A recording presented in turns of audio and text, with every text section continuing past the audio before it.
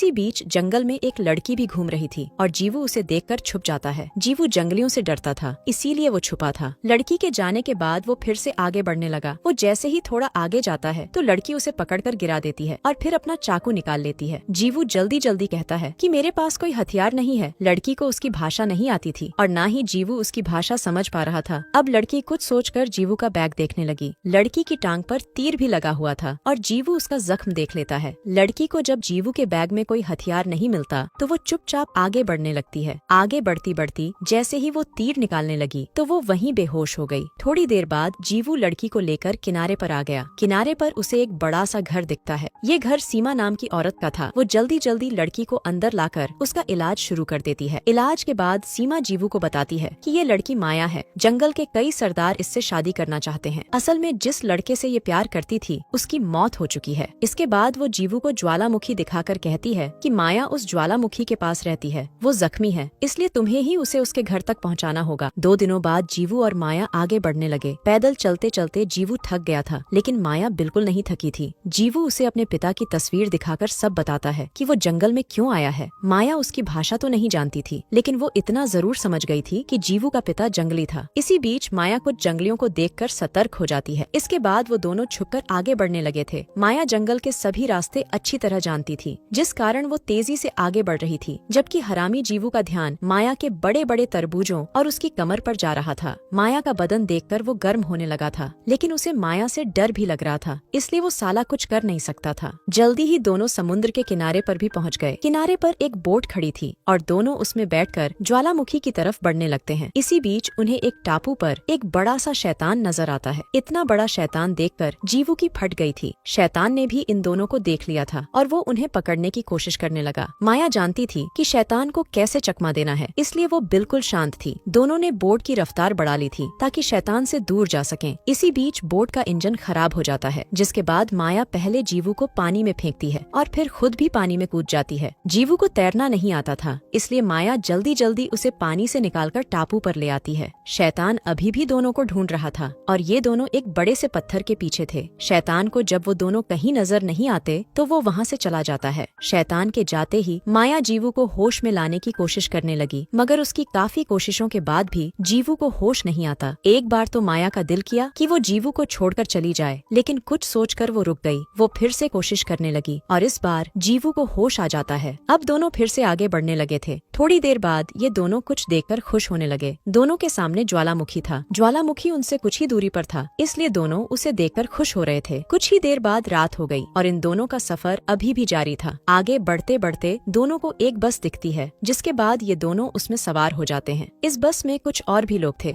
बस का ड्राइवर जीवू को बताता है कि इस जंगल में बहुत सारी खतरनाक चीजें हैं, लेकिन अपने परिवार का पेट भरने के लिए हमें इस जंगल में आना पड़ता है। अगले दिन सुबह होते ही माया की तबीयत खराब होने लगी। ये देख जीवू जल्दी जल्दी बस रुकवाता है। बस रुकते ही माया बस से उतरकर एक तरफ जाने लगी। बस कस्बे की तरफ जा रही थी और माया वहाँ नहीं जाना चाहती थी। उसने तबीयत खराब होने का नाटक किया था ताकि वो बस से उतर सके। जीवू भी माया के साथ ही जाने वाला था। इसी बीच माया के सामने एक जंगली सरदार आ जाता है। वो हर हाल में माया को पाना चाहता था और माया की टांग में जो तीर लगा था वो इसी सरदार के आदमियों ने चलाया। सरदार माया को पकड़ने की कोशिश करता है, लेकिन माया भागकर बस में आ जाती है। जीवू सरदार को रोकने की कोशिश करने लगा, जिसके बाद उन दोनों में लड़ाई शुरू हो गई। वो मौका देखकर सरदार पर हमला करता है, जिसके बाद वो माया को लेकर वहाँ से भाग जाता है। ये दोनों भागते भागते रेल की पटरी पर पहुँच गए थे और फिर छोटी सी गाड़ी में बैठकर वहाँ से भाग जाते हैं। सरदार और उसके आदमी दोनों को पकड़ने की कोशिश तो बहुत करते हैं, लेकिन सफल नहीं हो पाते। रात को माया और जीवू एक जगह रुककर आराम करने लगे। जीवू माया के खूबसूरत बदन की खुलकर तारीफ करता है। वो साला उसका दिल जीतकर अपना पानी निकालना चाहता था। वो जैसे ही माया के करीब जाने की कोशिश करता है तो माया उसे नजरअंदाज कर देती है। जीवू समझ गया था कि माया उसका पानी नहीं निकालेगी, इसलिए वो उदास हो जाता है। सरदार के आदमी भी उनके पास ही थे। जल्दी ही वो इन दोनों के पास पहुंचकर इन्हें घेर लेते हैं। सरदार घुटनों पर बैठकर माया से प्यार की भीख मांगने लगा। वो माया से शादी करना चाहता था। सरदार का प्यार भरा अंदाज देखकर शायद माया का दिल पसीज गया था। वो उसके पास आकर पहले उसे चूमती है और फिर कहती है कि मैं तुम्हारा पानी जरूर निकालूंगी। इसके बाद माया उसके साथ जाने लगती है। जीवू समझ गया था कि माया उसे बचाने के लिए ये सब कर रही है। वो सरदार पर हमला करने की कोशिश करता है, लेकिन सरदार उसे ही बेहोश कर देता है। अगले दिन जब जीवू को होश आया तो वो खुद को जंगल में ही पाता है। जीवू जानता था कि वो माया के कारण ही जिंदा है, इसलिए वो भी अब माया की मदद करना चाहता था। वो जैसे ही आगे बढ़ने लगता है तो उसकी नजर दूर जा रहे शैतान पर पड़ती है। शैतान को देखने के बाद उसकी नजर कई जंगलियों की लाशों पर भी पड़ती है। इन्हें शैतान ने ही मारा था और ये सभी सरदार के आदमी थे। इसके बाद वो जल्दी जल्दी ज्वालामुखी की तरफ जाने लगता है। ज्वालामुखी के पास ही माया रहती थी और सरदार का कबीला भी वहीं था। दूसरी तरफ माया नींद में थी और सरदार उसका सिर सहला रहा था। थोड़ी ही देर बाद जब जीवू ज्वालामुखी के पास पहुंचा तो उसका सामना सरदार से होता है। वो जैसे ही सरदार पर हमला करने लगता है तो सरदार उसी पर हमला कर देता है। दोनों के बीच फिर से लड़ाई शुरू हो गई थी। सरदार फिर से जीवू पर भारी पड़ रहा था। इसी बीच ज्वालामुखी में भी हलचल शुरू हो जाती है। इस हलचल के कारण सरदार का ध्यान भटक गया था और जीवू मौका देखकर अपना हथियार उठा लेता है। सरदार और जीवू फिर से लड़ने वाले थे, लेकिन तभी माया उन दोनों के बीच आ जाती है। माया खून खराबा नहीं चाहती थी। सरदार मौका देखकर हमला करता है और उसे देखकर जीवू भी हमला करता है, मगर दोनों के बीच माया थी और दोनों के हथियार माया को लगते हैं। माया की हालत देखकर जीवू बेहद डर गया था। वो सरदार से मदद मांगता है, लेकिन सरदार उसकी मदद करने से साफ साफ मना कर देता है। जीवू हर हाल में माया को बचाना चाहता था। वो माया से प्यार करने लगा था और अब वो भी उससे शादी करना चाहता था, मगर माया उसे चूमकर हमेशा हमेशा के लिए अपनी आंखें बंद कर लेती है। दरअसल माया भी जीवू से प्यार करने लगी थी। वो जीवू को बचाने के लिए ही सरदार के साथ गई थी।